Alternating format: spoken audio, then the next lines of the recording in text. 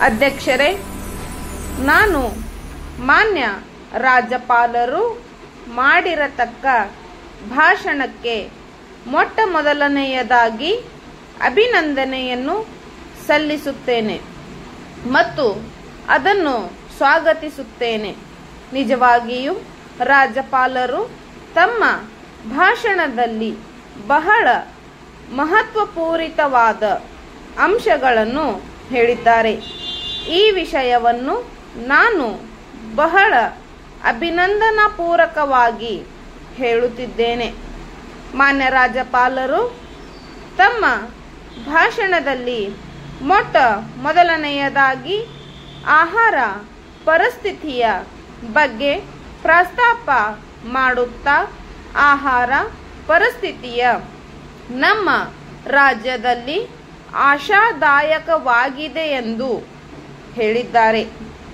ನಮ್ಮ ನೆರೆಹೊರೆಯ ರಾಜ್ಯಗಳಾದ ತಮಿಳುನಾಡು ಮತ್ತು ಆಂಧ್ರ ಪ್ರದೇಶಗಳಿಂದ ಸ್ವಲ್ಪ ಮಟ್ಟಿಗೆ ಕೊರತೆಯ ರಾಜ್ಯವಾಗಿದೆ ಎಂದು ಸಹ ಹೇಳಿದ್ದಾರೆ.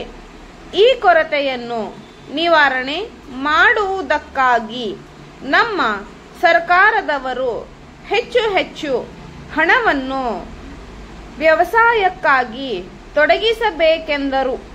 ರೈತರಿಗೆ ಭೂ ಅಭಿವೃದ್ಧಿ ಬ್ಯಾಂಕ್ಗಳಲ್ಲಿ ಸಣ್ಣ ಮತ್ತು ಮಧ್ಯಮದ ಪ್ರಮಾಣದ ಭಾರಿ ಪ್ರಮಾಣದ ಸಾಲುಗಳನ್ನು ಹಿಂದಿರುಗಿಸಬೇಕೆಂದರು ಮತ್ತು ಕಾಲಕ್ಕೆ ಸರಿಯಾಗಿ ಬೀಜ ಗೊಬ್ಬರ ಒದಗಿಸಿಕೊಡಬೇಕೆಂದು ನಾನು ಸಲಹೆ ಮಾಡುತ್ತೇನೆ.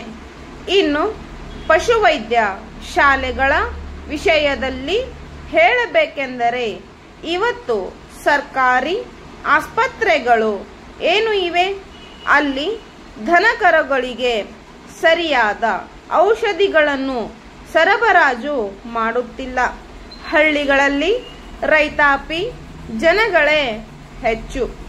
ಆ ಜನರು ಪಶುವೈದ್ಯ ಶಾಲೆಗಳಿಗೆ ಹೋದರೆ ಔಷಧಿ ಕೊಡಲಿಕ್ಕೆ ದುಡ್ಡು ತೆಗೆದುಕೊಳ್ಳುತ್ತಾರೆ. ದುಡ್ಡು ಕೊಡಲಿಕ್ಕೆ ಶಕ್ತಿ ಇಲ್ಲದೆ ಅನೇಕ ದನಕರುಗಳು ಇವತ್ತು ನಮ್ಮ ಹಣ ಮುಂದೆ ಸತ್ತು ಹೋಗಿವೆ.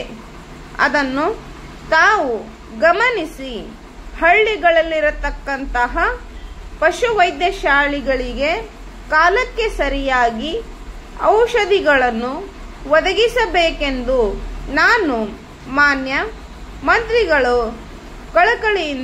ಕಳಕಳಿಯಿಂದ ಪ್ರಾರ್ಥನೆ ಮಾಡಿಕೊಳ್ಳುತ್ತೇನೆ.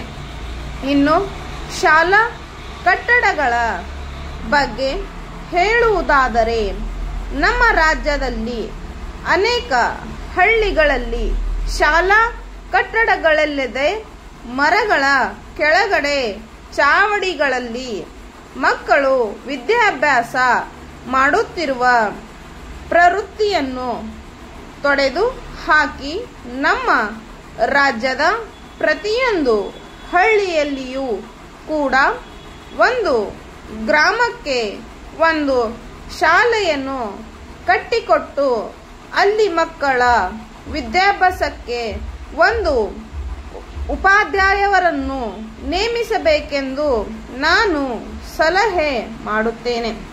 ನಾನು ಈ ವಿಷಯವನ್ನು ಸರ್ಕಾರದ ಗಮನಕ್ಕೆ ಅನೇಕ ಸಾರಿ ತಂದಿದ್ದೇನೆ.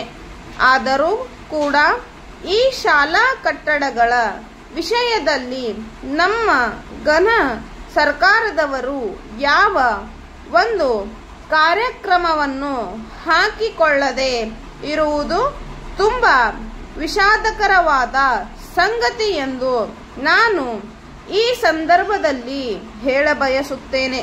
ನಮ್ಮ ರಾಜ್ಯದಲ್ಲಿ ದಿನೇ ದಿನೇ ಅನಕ್ಷರಸ್ಥ ಸಂಖ್ಯೆ ಬಹಳ ವಿಪರೀತವಾದ ಬೆಳೆಯುತ್ತಿದೆ. ನಮ್ಮ ರಾಜ್ಯ ಮುಂದುವರಿಯಬೇಕಾದರೆ ವಿದ್ಯಾಭ್ಯಾಸಕ್ಕಾಗಿ ಹೆಚ್ಚಿನ ರೀತಿಯಲ್ಲಿ ಹಣ ಸಹಾಯ ಮಾಡಿ ಹೆಚ್ಚು ಶಾಲಾ ಕಟ್ಟಡಗಳನ್ನು ಒದಗಿಸಿಕೊಟ್ಟು ವಿದ್ಯಾಭ್ಯಾಸಕ್ಕೆ ಪ್ರೋತ್ಸಾಹ ಕೊಡಬೇಕೆಂದು ನಾನು ಮತ್ತೊಮ್ಮೆ ನಮ್ಮ ಶಿಕ್ಷಣ ಮಂತ್ರಿಗಳಲ್ಲಿ ಮನವಿ ಮಾಡಿಕೊಳ್ಳುತ್ತೇನೆ. ಇನ್ನು ನಮ್ಮ ರಾಜ್ಯದಲ್ಲಿ ನಿರುದ್ಯೋಗ ಸಮಸ್ಯೆ ಎಂಬುದು ಒಂದು ದೊಡ್ಡ ಸಮಸ್ಯೆಯಾಗಿದೆ.